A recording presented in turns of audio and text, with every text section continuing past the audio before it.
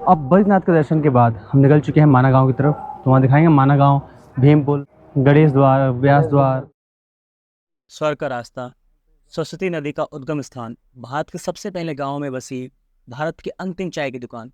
न जाने कितने ही नामों से जाना जाता है बद्रीनाथ से थोड़ा आगे बसा ये छोटा सा गांव। उत्तराखंड के इस खूबसूरत गांव माणा में और यहाँ से जुड़े अनोखी कहानियों के अलावा मैं आपको दिखाऊंगा दो ऐसी गुफाएं जहाँ कहते हैं यहाँ बैठकर भगवान गणेश और वेदव्यास जी ने वेदों और पुराणों को लिखा। माणा, जिसे भारत का अंतिम गांव कहा जाता था, अब वो बन गया है भारत का पहला गांव। और मैं जा रहा हूँ आज भारत के सबसे पहले गांव माणा की तरफ। तो चलिए चलते हैं। गांव बद्रीनाथ से केवल 3 किलोमीटर दूर है। बद्रीनाथ से आपको आसानी से शेयरिंग टैक्सी मिल जाती है। आप चाहें तो पैदल भी आ सकते हैं, कोई भी बस कर सकते हो या यहाँ से आप टैक्सी कर सकते हो। 50 रुपीज़ पर पर्सन का किराया लगता है। टाइम हो रहा है अभी 12:40। और यहाँ से आप पैदल यात्रा शुरू करते हो गांव के लिए। तो यहाँ से शुरू हो जाती है माणा गांव के मार्केट। माणा गांव वही जगह मानी जाती है जहाँ से पांडवों ने अपने स्वर्ग की यात्रा शुरू की थी। आज भी यहाँ वो पुल मौजूद है जिसे भीम ने पांडवों के स्वर्ग की तरफ जाते हुए सरस्वती नदी को पार करने के लिए बनाया था। लेकिन लोकल लोगों के अनुसार माणा घूमने की शुरुआत यहाँ की गणेश गुफा से करनी चाहिए। अगर एक क्रम की बात करें तो यही है कि सबसे पहले आप जाते हैं गणेश गुफा, फिर व्यास गुफा, उसके आगे भीम पुल, सरस्वती धाम और फिर उसके आगे है वसुधारा। ये एक जगह है जहाँ पर बहुत बड़ा झरना है, तो आप वहाँ जाते हैं। अब ड्रोन व्यू में आप देखोगे भीम पुल और ये आसपास का नज़ारा माना गांव कैसा दिख रहा है। माणा गांव के लोगों के सजेशन के अनुसार ही हम सबसे पहले गणेश गुफा देखने गए।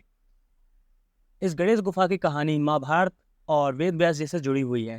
कहते हैं कि वेद व्यास जी ने जब महाभारत की रचना कर रहे थे तो ब्रह्मा जी की प्रेरणा से उन्होंने महाभारत को लिखने के लिए भगवान गणेश को अनुरोध किया।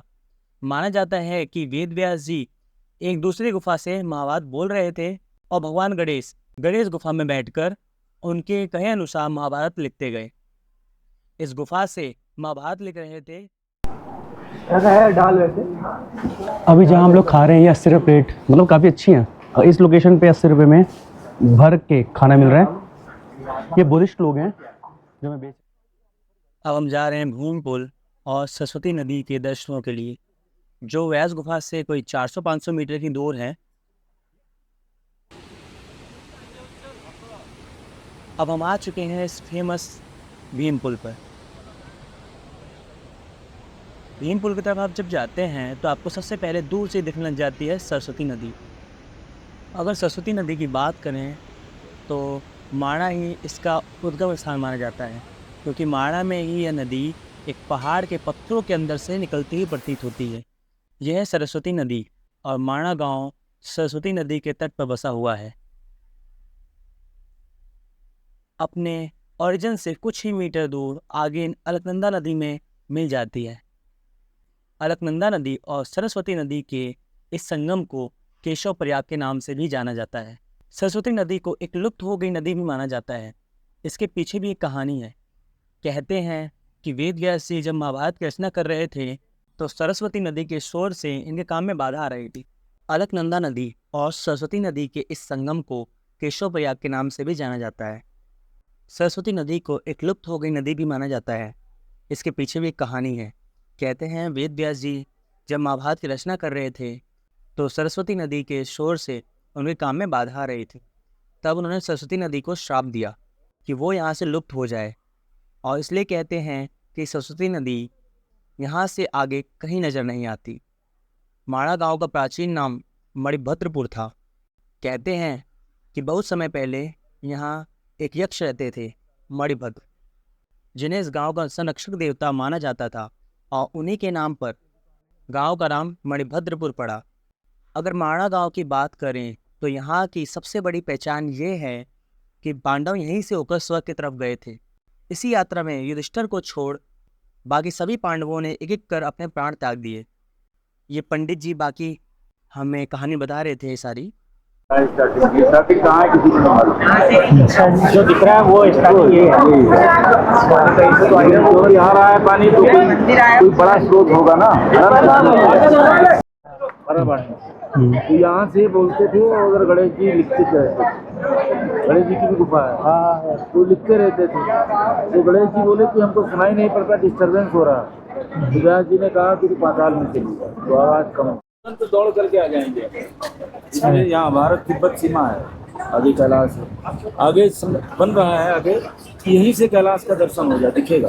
हाँ, 25 किलोमीटर आगे तो ऐसा पॉइंट बनाएंगे जहाँ से कैलाश दिखता है। देवताओं ने कहा तो उन्होंने कहा कि हिमालय में तो वसुधारा पे एक धारा बहती है जो कुबेर के नगर से आती है।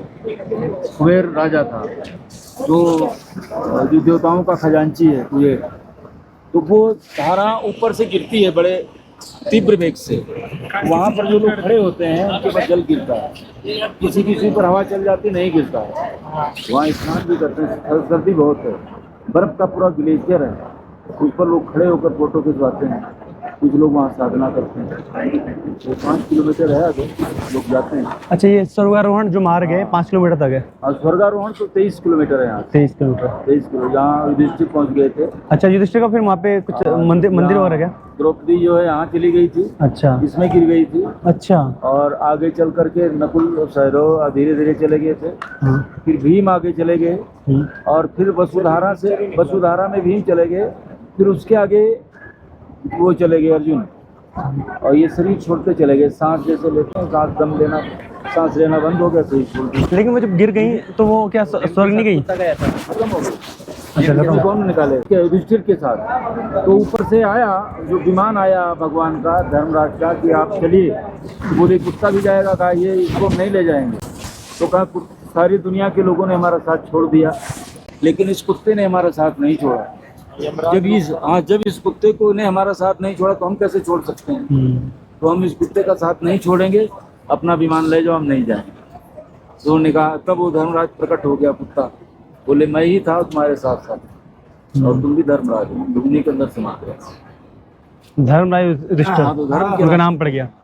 तो ऐसे मनुष्यों के लिए भी है, अगर धर्म के रास्ते पर आदमी चलता है तो उसके साथ भगवान रहता है और उसकी मदद करता है, आगे चल करके मदद करने लगता है। इसलिए कुत्ते को वरदान है क्या? बहुत सारे अपने महापुरुष हुए हैं ना, वो अंतिम समय तक उनको रक्षा करता रहा और उनके संकल्प पूरे हुए। इसलिए कुत्ते को वरदान है क्या? कुछ मौत की आती है तो? हाँ, कुत्ते को वरदान है, वो धर्मराज का प्रतीक भी है, भैरव का भी प्रतीक है, इसीलिए उसकी पूजा करते हैं। कहते हैं जब पांडव माड़ा पहुंचे तब भीम ने सरस्वती नदी को पार करने के लिए 2 बड़े पत्थरों को जोड़कर एक पुल बनाया, जिसे पार कर पांडव स्वर्ग की तरफ गए। जिस पे हम अभी खड़े हैं, जो भीम ने कहा जाता है, माना जाता है कि नदी को पार करने के लिए भीम ने इस शिला को इस पर रख दिया था। अभी हम हैं भीमशिला के पास। ये भीमशिला का पुल है। ये भीमशिला का पुल इसलिए है, जब पांडवों को स्वर्ग जाना था तो भीम ने इस शिला को इस नदी के ऊपर, माँ सरस्वती नदी के ऊपर रख दिया था ताकि वो इसको पार कर सके। और ये जो रास्ता जा रहा है ये स्वर्गारोहण मार्ग से कहते हैं, जहाँ से पांडव गए थे स्वर्ग की तरफ। ये मंदिर बना हुआ है यहाँ पे, और ये माँ सरस्वती नदी है जो आप देख सकते हैं कितना विशाल होगा। जब ये शुरुआत में होगा, ऋग्वेद में, मतलब वेदों में इसका वर्णन है, इस नदी की महिमा गाई गई है। ये देखिए कितना विशाल होगा, जो इतना बड़ा कट बनाया हुआ है इसने। लेकिन अभी ये लगभग विलुप्त हो चुकी है, लगभग हुई है, क्योंकि पूरी तरह विलुप्त नहीं हुई है। हाँ, यही पता हमें कि उद्गम इसका कहाँ से है, पर ये नदी यहाँ से होते हुए, जब ये सीज़न होता है, मतलब जब वसंत ऋतु आती है, तो इसमें पानी भर जाता है बारिश के कारण, और ये नदी आगे जाके अलकनंदा नदी से मिल जाती है। अलकनंदा वही नदी है जो आगे भागीरथी से देवप्रयाग में मिलती है और माँ गंगा का निर्माण करती है। तो आगे चल के देखते हैं, यह है स्वर्गारोहण मार्ग। इसी मार्ग से पांडव स्वर्ग की तरफ गए थे। कहते हैं द्रौपदी जी इसी सरस्वती नदी में गिर गई थी और उन्होंने अपने प्राण त्याग दिए थे।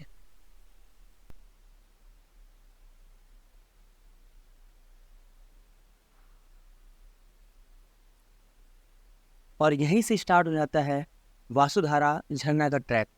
भीमपुल से आगे 5 किलोमीटर दूर है वासुधारा, जहां विजिट कर सकते हैं। यह ट्रैक वासुधारा की ओर हल्की चढ़ाई के साथ जाता है और यहाँ से स्वर्गारोहणी की यात्रा भी स्टार्ट होती है।